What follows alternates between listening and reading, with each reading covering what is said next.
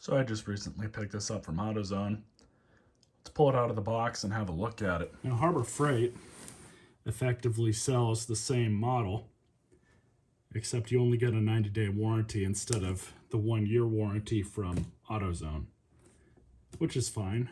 You'll pay about twice as much for this one. However, I got it a little bit less than what it normally sells for there. And Harbor Freight was all out of the ones that they had normally stocked. So I just went ahead and went to AutoZone and picked this one up. 250-pound weight capacity. Seats made out of vinyl. Adjustable seat height, of course. Tool tray at the bottom. Heavy-duty steel.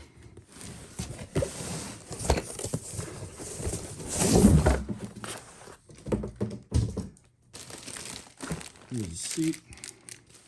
There's the ram. I believe these are the casters. So very similar to the ones that are on the Harbor Freight model. I actually have the Harbor Freight model at the garage, but this one's going to be for work. The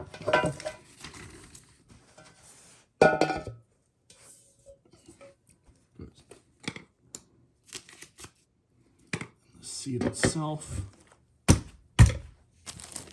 You also have these plates here. So these look like they just go over like that.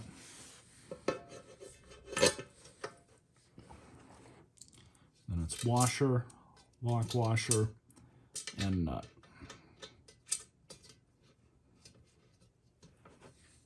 So all those are installed. 1/2-inch socket.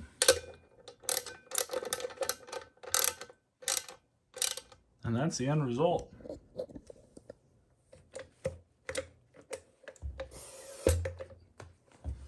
I would assume that if this ram goes out, you'd probably pick up a new one. I don't know for how much.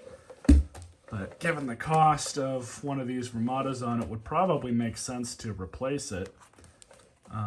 But as for how much it would cost, I don't know offhand.